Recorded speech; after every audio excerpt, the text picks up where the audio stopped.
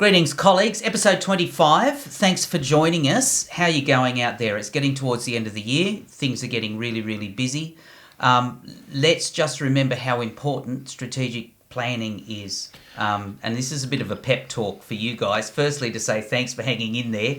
But secondly, let's do a little bit of a pause and check and make sure we're covering off things that make your life easier come January. And we've got a lot of schools at the moment, James, that are well down the track in terms of conducting their situational analysis.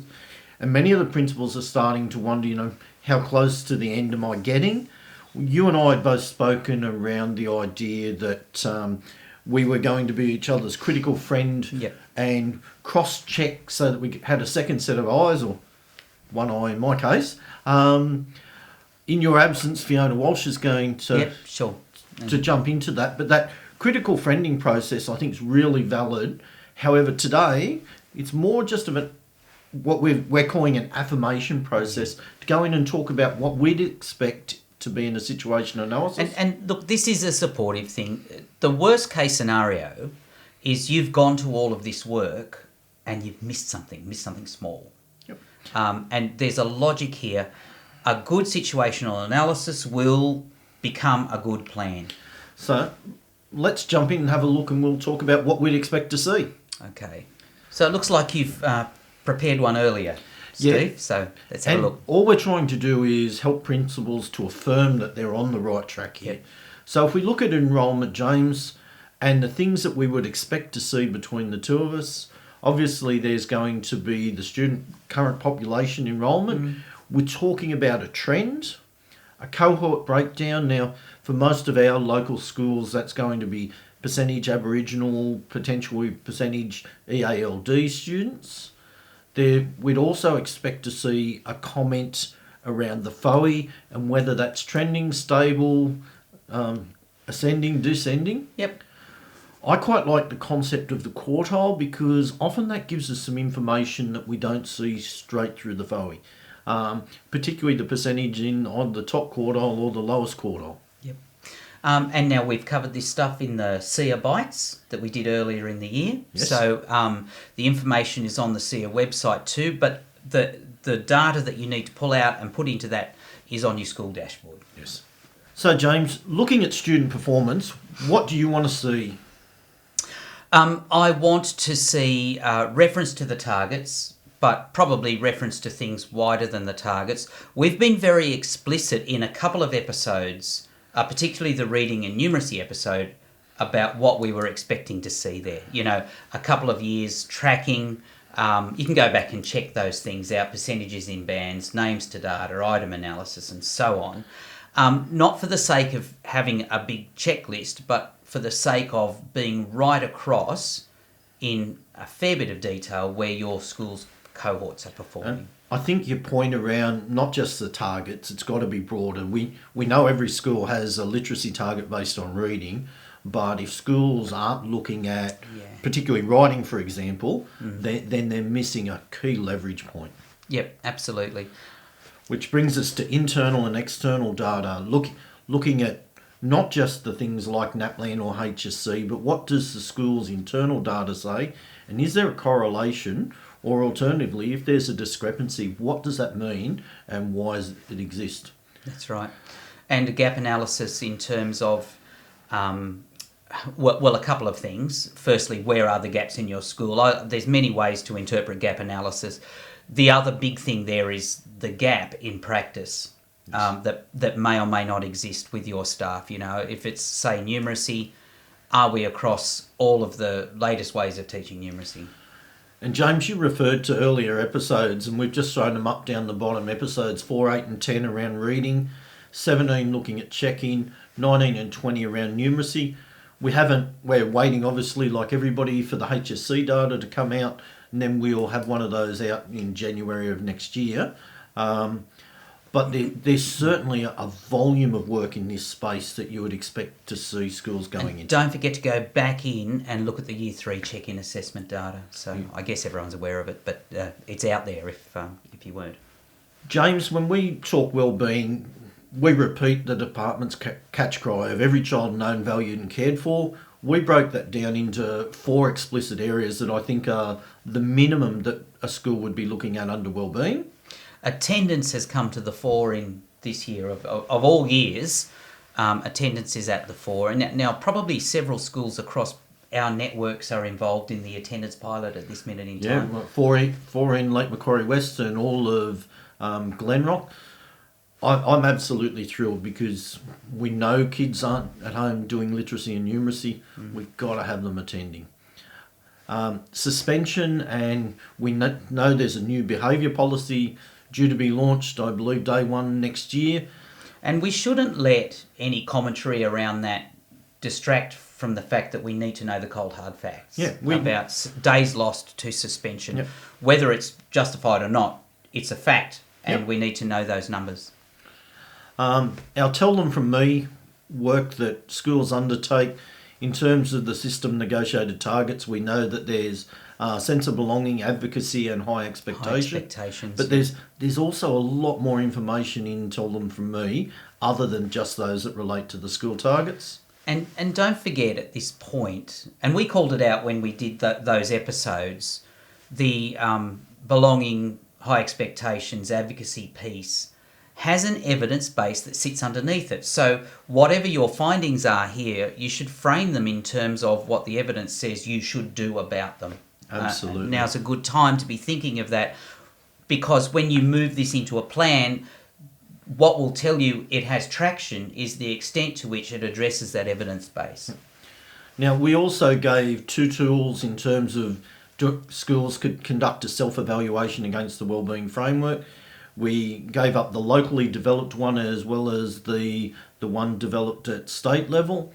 Either of those 2 provide a great insight, and this was where we introduced the concept of a theory of action, particularly because we're of a firm belief that there will be significant overlap between the 4 areas. And just to recap, there are 4 separate episodes, one on each, that if schools haven't engaged with, they certainly can go back and have a deep dive. Pull those readings, pull the CZ readings, which we've put on there around the Tell Them From Me, the 3 areas from Tell Them From Me. They're easy reads. It's a really quick way to bring your leadership team up to speed with what's expected and what's known about quality wellbeing practice. Now, finance is an area, James, that we've yet to do any work, although we know Mary Lou O'Brien's team's got a body of work that's about to be released in that area. And we will deliver that or re-deliver that in the usual fashion. Yep. So in terms of finance, we'd expect to see a breakdown by each category of income source, a comment around the trends, so whether or not specific components are going up, down or remain stable. We'd be looking for key expenditure, and by that what we're talking about, James, is those above establishment positions. A school buys in a deputy or a business manager. Yeah, I'm a little tough on these. I would expect a lot of return on that much expenditure, and I would expect principals to look very, very carefully at the impact they're receiving for those. Do these people have their sleeves rolled up, leading teaching from the front on a daily basis in classrooms, directing traffic, upskilling the staff around them? No. Are they intervening with case management? Are they delivering on the ground for students who've fallen behind? This is what we expect from that level of expenditure. So there should be visible evidence of the impact they have. Yep. Other sources of income. So particularly those schools that get significant sponsorship or have benefactors should be highlighting that so that they can give due consideration in their school plan. The big game, the name of the game is impact.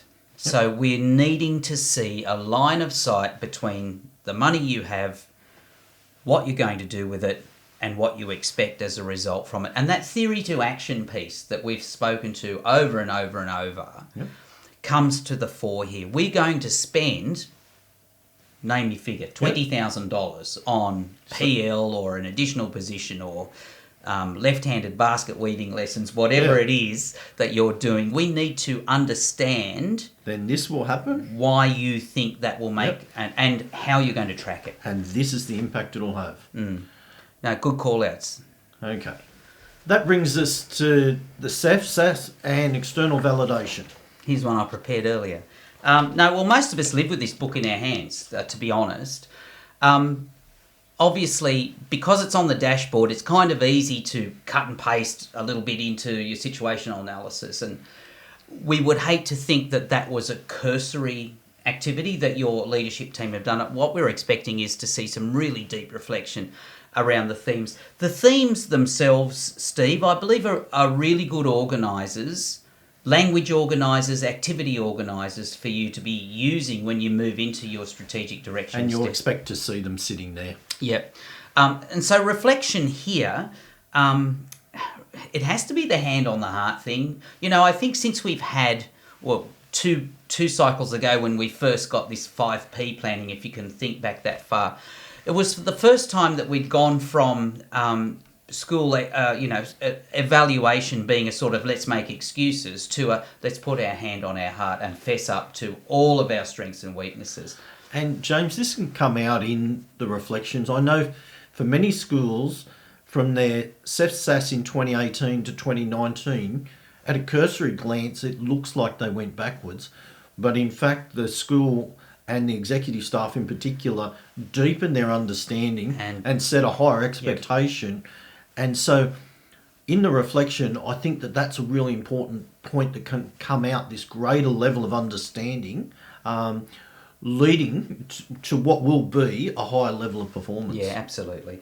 And look at the student performance measures. If you're sitting at delivering there, or working towards delivering, then think about how that affects the work we've talked about in attendance, wellbeing, reading and numeracy.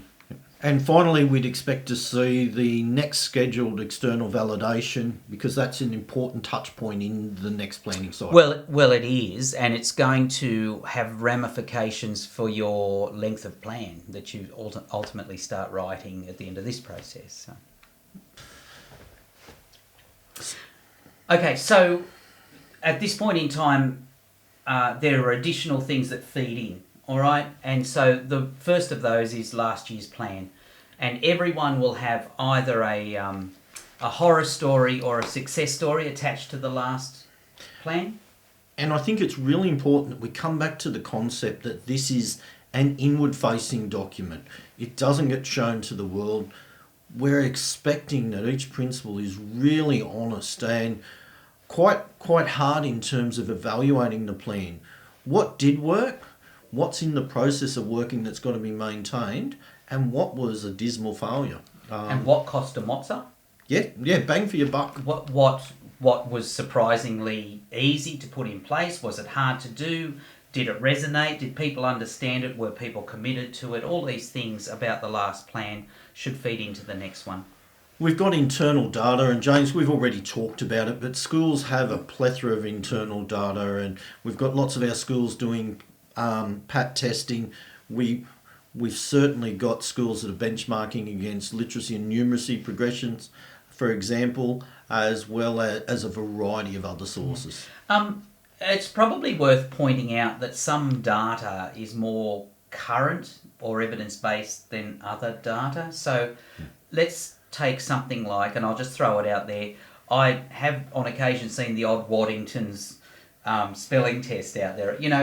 Are there better assessments, more current assessments that are linked to the research base that we are using, that we're referencing? Particularly when it comes to triangulation, the use of qualitative data, now whether that's from surveys or focus groups, to get that additional data source is a really strong process. And it's one that I think is often underutilised, or it's done with a scattergun approach. If you're going to run a focus group, you should basically have the questions in mind that you're really looking to answer. It's not just a general chit-chat around something. You're looking to drill down, find out information that either confirms or refutes earlier thinking. Great, yeah. And research, James, the SEER stuff has been absolutely fantastic. However, the example for the situational analysis has a shopping list of research. When I'm looking at it, I expect to see that if research is listed, there's a description of why it's valid and what it's going to be used to inform. Which problem of practice are you seeking to address by referencing this particular piece of research? So that's probably the easiest way to put it. And again, we've got 2 episodes that can support schools. Episode 14, looking at focus groups, and episode 16, we highlighted some very accessible research that covered a variety of areas as a jump-off point. As a jump-off point. And our lens at that point, I'm guessing, was the target. Yes. The target areas. Yep, sure. So that's a really good roundup. How do you close it off, Steve? What's the last thing you do? So we're getting to the phase that we refer to as consideration of evidence. And here we're going to be looking at triangulation, remembering triangulation needs 2 points converging to guarantee the accuracy of data. And obviously the more points can be used for triangulation, the more validity that can be relied upon. We've spoken all through using the SEER terminology that I really like, James, looking inward, looking outward, and looking forward. So this is the point where we're bringing that all together, and we're trying to say, based on the evidence of looking inward and looking outward, this is what we're going to do going forward. Yeah, I think it's more than what are we going to do. I think it's what are we going to do and what do we expect that to do for us. Yes, good correction. We've already spoken in this episode about theory of action. We believe that if we do this, then this will happen, and the impact will be, and it's based on this body of research, and we'll use an evaluative rhythm to confirm that we're on track. Whilst that mightn't sit in the consideration of evidence section on the situational analysis, a really effective process will have a series of those theory of action sheets sitting beneath it. And finally, we're talking about viability. It's very easy to get very enthused in this process and want to be the top of the pops in every aspect. There is a level of activity that we can focus on and have a genuine impact. And so we need to have that discussion around, is what's being proposed viable and sustainable? And that's certainly something we'd be looking at. And what needs to fit in or feed into the viability question too is just to remember that as principal of the school, you're captaining a ship, but that ship is powered by the goodwill of others. Yep. So part of the viability question is, will everyone see its relevance? Will everyone buy in? Will everyone join the commitment collective we talked about last week? Is it something that's not saleable at this minute in time? Is there something more basic that needs to be dealt with first? So this is a complex question, but that's a good one to discuss with your Dell, I think. And I think adding into that, we probably should have put there that was prioritisation. Are we focusing on the big rocks in the right order? You spoke just then, James, about the commitment collective that we've been looking at for next year on cracking the code. The response so far from that being released last week's been overwhelming. There are a large number of schools. Again, if you're interested, please email either one of us, but particularly what we'd like to do is hear any aspects or areas for professional learning that's a need for you and your school. Yeah, happy to help. On that note, James, that'll do. Thank you and good night.